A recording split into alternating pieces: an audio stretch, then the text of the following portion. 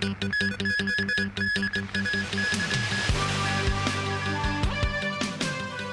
Xi Jinping arrives in Kazakhstan for China Central Asia Summit. The conflict between Israel and Iran is set to dominate the G7 summit in Canada. And consultation for the policy address begins today.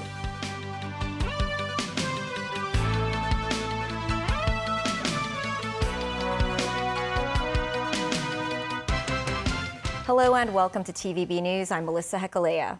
President Xi Jinping has landed in the Kazakh capital for the second China Central Asia Summit to be held this week. The summit will gather the leaders of China and 5 Central Asian countries for discussion on the development of the China Central Asia mechanism.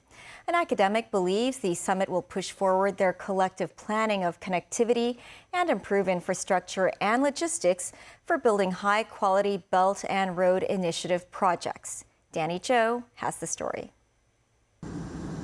Kazakh Air Force fighter jets escorted President Xi's charter flight before it touched down at an airport in Astana at 3 p.m. Hong Kong time. A military band played welcoming music upon his arrival. Kazakh President Kassym-Jomart Tokayev greeted the Chinese leader.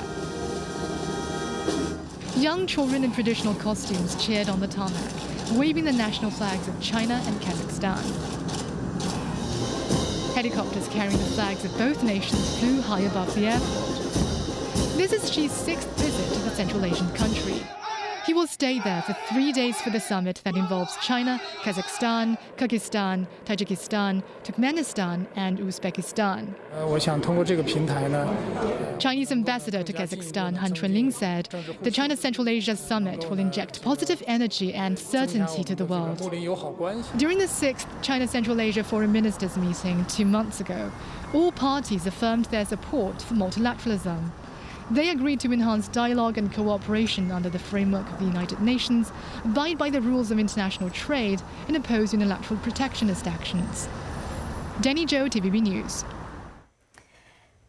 8 people have been killed in Israel in the latest missile attack by Iran as both countries exchanged fire for a 4th day. David Garrett with the latest.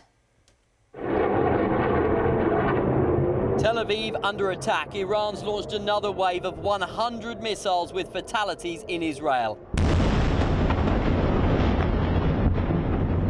Explosions and interceptions in the night sky. The latest salvo of escalating tit-for-tat attacks. Many of the projectiles are repelled, but some get through. Roofs collapsed, walls caved in, cars are damaged with windscreens and windows blown out. A missile hit here in this city in central Israel, causing devastation. In nearby Petah Tikva, more evidence of an Iranian ballistic missile penetrating Israel's defences. A fire was put out as Israel say Iran is targeting residential areas. 4 people were killed, 2 men and 2 women in their 70s. This resident says he was lucky to escape to a safe room in time. His apartment is gone, but he's in favour of Israel's strikes on Iran. In the face of mounting civilian casualties and residents needing to be rescued and relocated, the IDF say Israel is damaging Iran and has eliminated essentially all of their senior commanders. Iran has fired many hundreds of projectiles towards Israel, both UAVs and ballistic missiles, and we've been able to intercept most of them, but no aerial defense system is 100%, and that means that some ballistic missiles are going to hit. This shows a surface-to-air missile launcher being towed by a car. The IDF say they blew it up and released the footage saying after destroying much of the threat, they have full air control over Tehran. Black smoke rises in the Iranian city of Mashhad after Israel's strike. Worshippers at a shrine run for cover. Israel says it hit the Iranian military refueling aircraft at Mashhad's airport, which is 2,300 kilometers from Israel. Israel claimed this is the longest range strike since they launched an offensive on Iran's nuclear program last week. Most governments are warning against travel to the region. 50,000 flyers have already been impacted. Israel's main international airport has been closed since Friday and remains shuttered, making it difficult for people to leave. David Garrett, TVB News. Leaders of some of the world's biggest economic powers arrived in Kananaskis in the Canadian Rockies on Sunday for a Group of Seven summit. The event is expected to be overshadowed by the escalating conflict between Israel and Iran, as well as U.S. President Donald Trump's trade war. Tracy Furness has more. As world leaders were arriving in Kananaskis in Alberta Sunday for the G7 summit, European Commission President Ursula von der Leyen told a news conference that Iran can never have a nuclear weapon. I spoke with Prime Minister Netanyahu today. I reiterated Europe's commitment to peace and stability in the Middle East. In this context, Israel has the right to defend itself. Iran is the principal source of regional instability, and we've always been very clear. Iran can never have a nuclear weapon. We have voiced our strong concerns over Iran's nuclear and ballistic missile program. A diplomatic solution remains the best way in the long run to address concerns about Iran's nuclear program. US President Donald Trump arrived in a Marine One helicopter joining world leaders after he reportedly vetoed an Israeli plan to kill Iran's supreme leader, Ayatollah Ali Khamenei, in recent days. He is expected to have a bilateral meeting with Canadian Prime Minister Mark Carney on Monday morning before the summit programme begins. Australia is an invited country to the summit, and Prime Minister Anthony Albanese is expected to meet with Trump on the sidelines of the summit. Albanese said his country has a do not travel warning for Israel and Iran. Australia has a do not travel warning for Israel and Iran. Australia, of course, I've expressed before our concern about Iran gaining the capacity of nuclear weapons is something that is a threat to security in the region.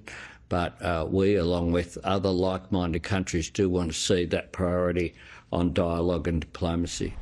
Security is tight as leaders of the Group of Seven nations, Canada, France, Germany, Italy, Japan, the United Kingdom, the United States, as well as the EU, attend the summit in the Canadian Rockies. Trump said he may have a few new trade deals to discuss with some of the leaders attending when asked if he planned to announce any trade agreements at the G7. Also on the agenda is the war in Ukraine.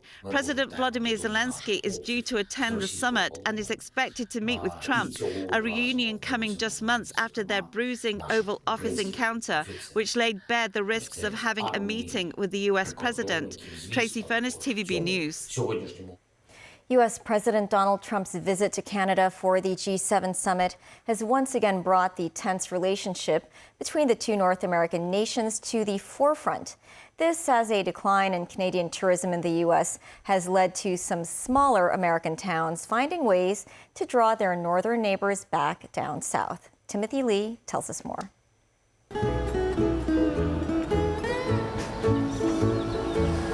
Offering a host of hot springs and golf courses in the middle of Southern California, the vibrant oasis city of Palm Springs has long secured its reputation as a tourism hotspot, with the popular site attracting some 300,000 Canadian tourists each year. In recent days, visitors may increasingly find banners proclaiming Palm Springs' love for Canada hung around the city's center. This after the U.S.-Canadian relationship took a nosedive after U.S. President Donald Trump's tariff policy implementation and the American administration's threats to annex Canada. The deteriorating situation between the once allies resulted in a sharp decline in Canadians traveling down south. Palm Springs, which sees tourism as its primary source of income, has taken a direct hit from the diplomatic fallout. In a bid to salvage the relationship, municipal authorities have strengthened efforts to emphasize the friendship between their town and Canada. Rick, who has been running a jewelry store in Palm Springs for the last 8 years, noted that Canadians make up at least half of his clientele, and stressed Trump's opinions on Canada may not represent those of the American people. Of course, they're still welcome to America. Welcome to Palm Springs, absolutely. Palm Springs and its occupants love Canadian people. It brings in tourism and long staycation revenues. So yes, it's important. Canadian citizen Tim, who has been living in Los Angeles for 13 years and now works at a media company, said most Canadians believe Trump is only engaging in a war of words. Women's rights or LGBTQ rights or immigration, that is the stuff that he is actually taking action on. But to distract you from all those serious issues, he will come up with these outlandish and almost silly claims. Meanwhile, Tim noted that Trump's confrontational attitude towards Canada actually strengthened his country's resolve to preserve its sovereignty, while adding that both countries should not abandon their friendship over the current president. Canada also has its own identity. We have our own things to offer and we have our own feet to stand on. So we don't always need the US to be next to us. We can stand on our own. Timothy Lee, TVB News. The government announced the public consultation for the policy address to be delivered in September begins today. On social media, Chief Executive John Lee posted a video announcing the launch of the public consultation. Lee said Hong Kong is at the stage of economic reconstruction. He said the administration will explore new growth areas, trade markets and frontiers, deepen international exchanges and cooperation, and enhance regional collaboration. The government will host more than 40 consultative sessions to gather opinions of Legislative Council members, sector representatives, and the general public. Government officials will also pay visits to different districts to meet the public. In May, Hong Kong received over 4 million visitors, an increase of 20% year on year. About 3.12 million mainlanders traveled to Hong Kong during the May 1st Golden Week holiday, a year-on-year rise of 19%. Short-haul visitors recorded the largest growth, up by 28% compared with the same month last year. The number of non-mainland visitors rose 24% to nearly 960,000. The Hong Kong Tourism Board attributed the increases to major events such as concerts and exhibitions in the city. In the first 5 months of this year, Hong Kong recorded a cumulative total of over 200 million visitor arrivals, up 12%. Still ahead, one more taxi fleet will begin trial operations by the end of this month. The Consumer Council received close to 1,000 complaints against food delivery platforms in the first 5 months of the year. And University of Hong Kong's medical school has developed a better treatment for liver cancer patients.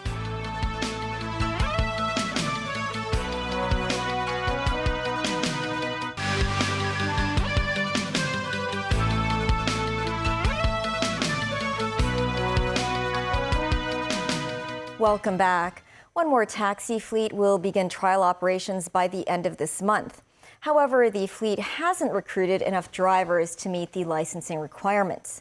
Some lawmakers suggest the government should relax the regulations and encourage more drivers to join. Samantha Lee reports.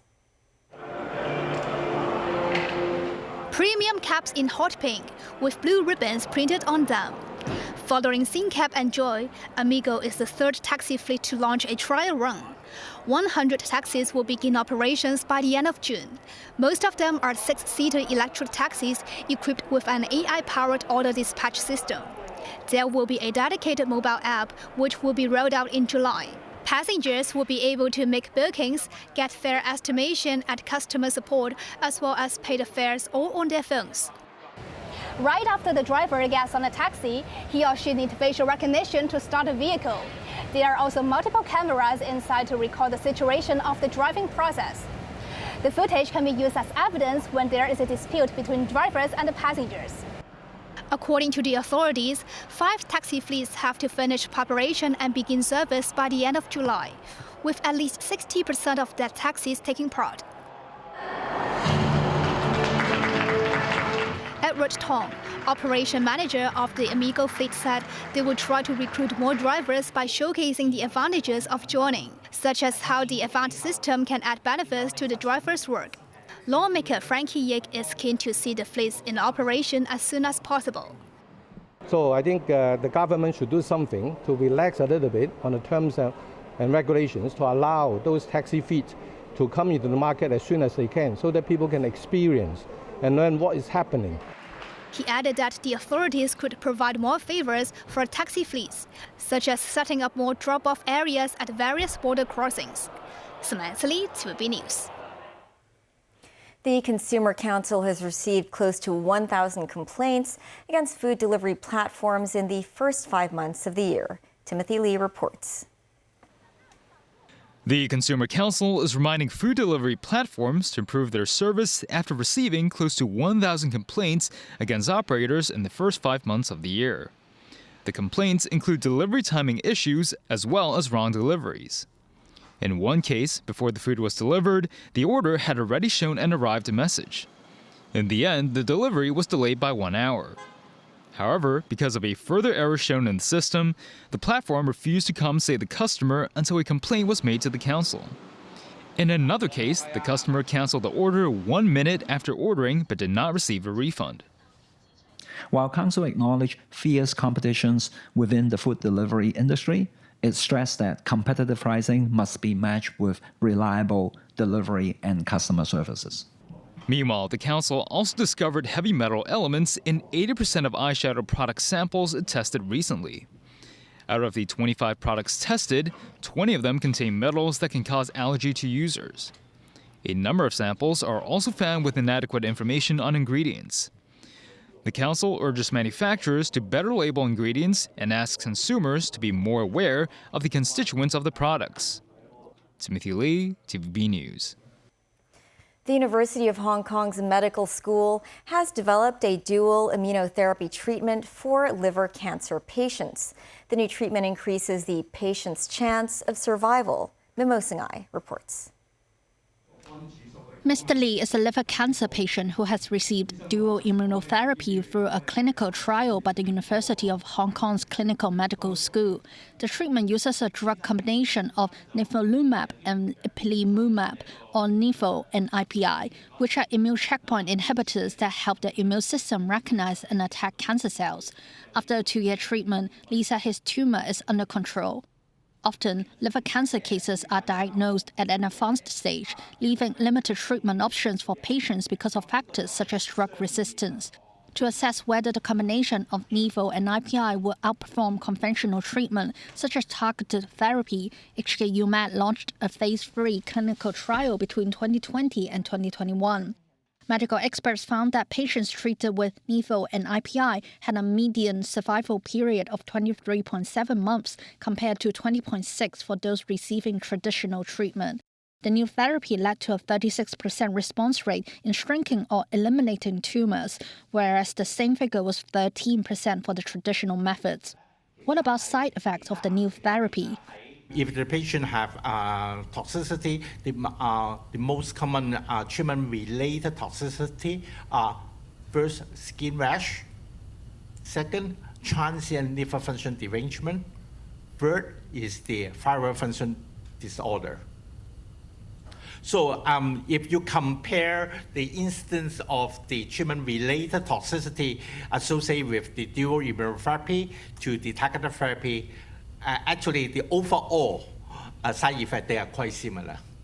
While dual immunotherapy treatment has not yet been approved in Hong Kong, the research team said a pharmaceutical factory has already applied for approval from the Center for Health Protection. Mimo Singai, TVB News. Southern Europe has long been a popular holiday destination, but activists have recently organized rallies in multiple cities as part of a fight against over-tourism. Danny Zhou has details. Hundreds of furious Spaniards marched down the streets in Barcelona on Sunday with large banners that read, "Mass tourism kills the city." Organizers built the event as a show of opposition to demand local authorities to rethink over-tourism, which they say led to a housing crunch and price hikes. Some of the protesters even went so far as to squirt water guns at unsuspected foreign tourists, as the tourists seemed to show understanding of their cause. I think that these people are feeling something that is to them very personal, and is perhaps destroying some of their areas. A smoke canister was set off outside a luxury brand storefront as people put tape across the entrance of a nearby hotel. A hotel manager walked over to cut the tape and had a flaming row with the demonstrators, who soaked him with water guns. Following the scuffle, some demonstrators set off fireworks, escalating the scenes of chaos to a fever pitch. Statistics show Barcelona, which has a population of 1.7 million, received 155 million tourists last year. Increasing short-term tourist rentals were blamed as a factor in driving up local rents by over 30%. Traditional stores are also being replaced by those that cater to tourists. Thousands protested in Mallorca and many more rallied in other Spanish cities. Meanwhile, similar protests rocked famed scenic spots in Portugal's capital, Lisbon, where some 300 residents chanted "Tourists go home" in drum rolls. Demonstrations in Italy took place in cities including Venice, Genoa, Milan and Palermo. Europe is expected to reap about $830 billion in tourism revenues this year, an increase of 11%. Danny Zhou, TVB News. That's the news. Thanks for watching. Pearl Magazine is up shortly. See you then.